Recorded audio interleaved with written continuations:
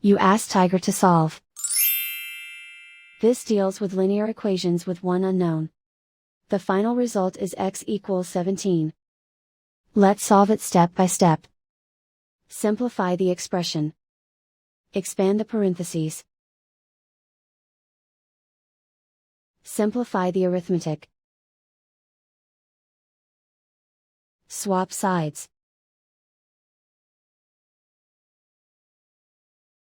Group all constants on the right side of the equation. Add 45 to both sides. Simplify the arithmetic.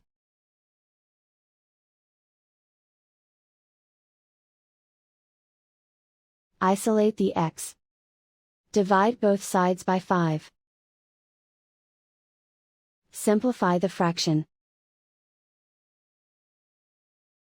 Find the greatest common factor of the numerator and denominator. Factor out and cancel the greatest common factor. And so the final result is x equals 17.